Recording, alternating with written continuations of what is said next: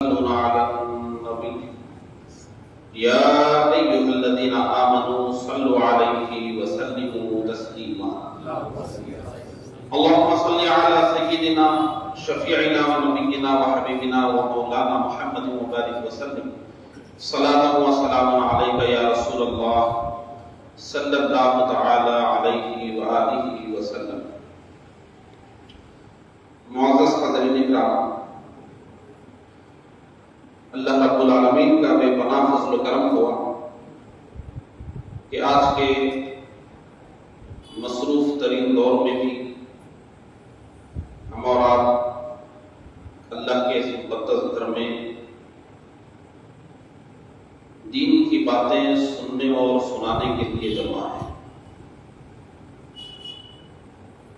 اللہ تبارک و تعالی ہماری اس محفل کو اپنی بارگاہ میں شرف قبولیت عطا فرمائے اور ہمارے لیے اس محفل کو باعث نجات و مغفرت بنائے. معزز حضرین کرام، آج امت مسلمہ کا سب سے بڑا مسئلہ یہ ہے کہ مسلمان غافل ہے، جبکہ مسلمان کو غافل رہنے کی گنجائش اس زمانے میں بھی نہیں تھی جب آدھی دنیا پر مسلمانوں کی حکومت چل رہی تھی. خلیفہ دوم حضرت سیدنا عمر بن خطاب رضی اللہ عنہ کے زمانے میں دنیا کی سب سے بڑی حکومت مسلمانوں کی حکومت تھی. دنیا کی سب سے بڑی طاقتور حکومت مسلمانوں کی حکومت تھی.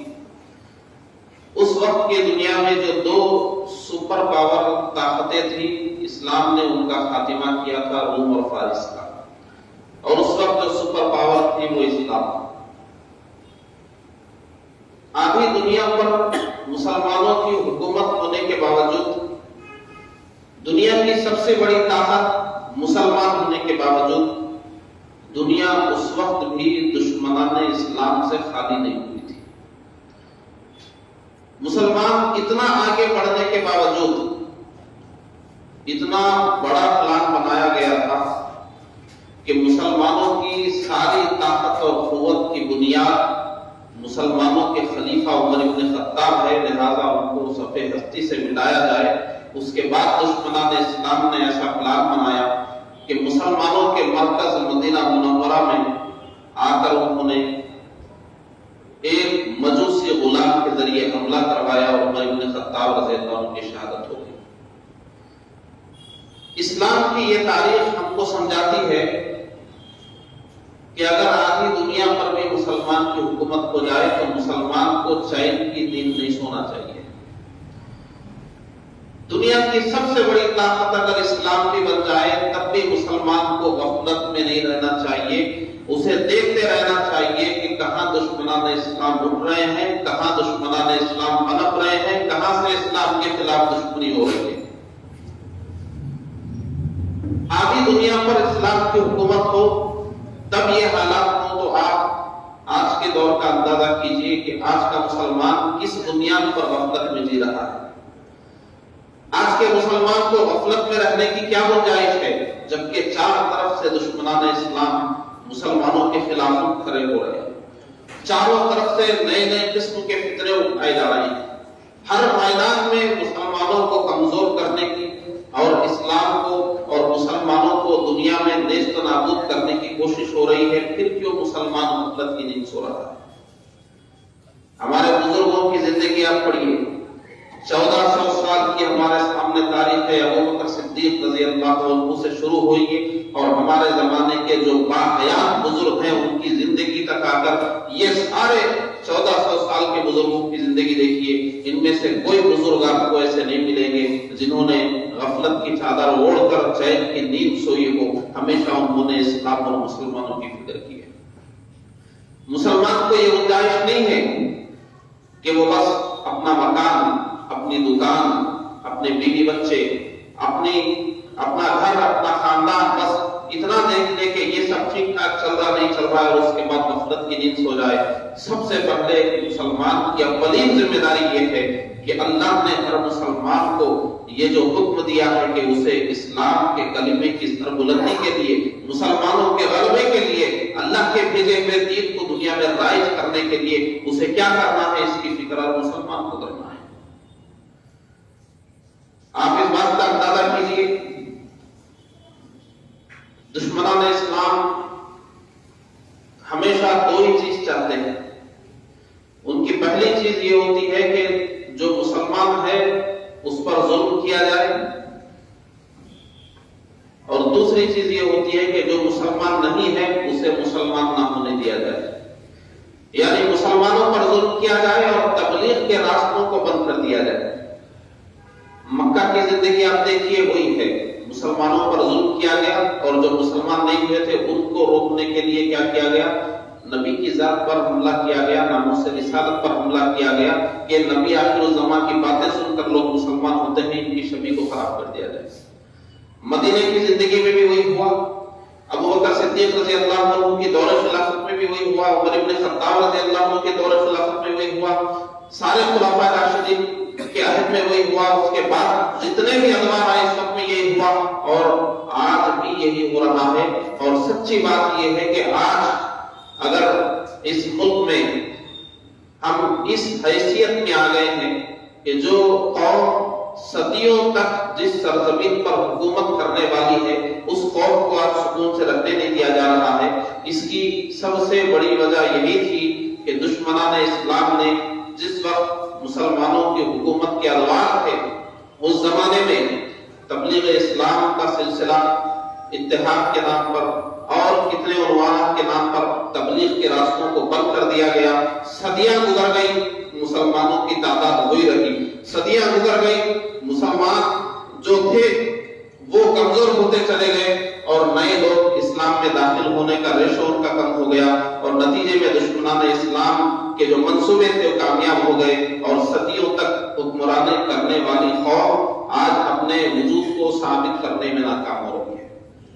آپ اس کا اندازہ کیجئے، آج بھی سب سے بڑا مشن دشمنان اسلام کا یہی ہے کہ اب تک جتنے لوگ اسلام کو، پیغمبر اسلام کو، قرآن کو پڑھ کر مسلمان ہوئے ہیں اس سلسلے کو روک دیا جائے. آنے والی جو نسلیں ہیں ان کے ذہنوں میں پہلے سے ہی ایسا ظاہر کر دیا جائے کہ بعد میں اگر وہ اسلام کو پڑھے، پیغمبر اسلام کو پڑھے یا اللہ کی کتاب، اسلام کی کتاب قرآن کو پڑھے تو اس کا اثر ان کے ذہنوں پر نہ ہو، پہلے سے ان کے ذہنوں کو نفرت سے بھر دیا جائے.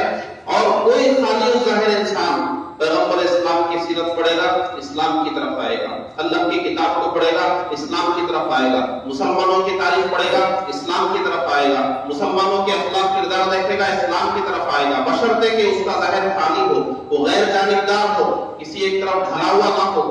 لیکن آج دشمنان اسلام کا منصوبہ ہے کہ جو قوم مسلم ہیں ان کے بچوں کو بھی اسلام میں پختہ ہونے نہ دیا جائے، اور جو غیر مسلم ہیں ان کے بچوں کے اندر اسلام کی نفرت کر دی جائے.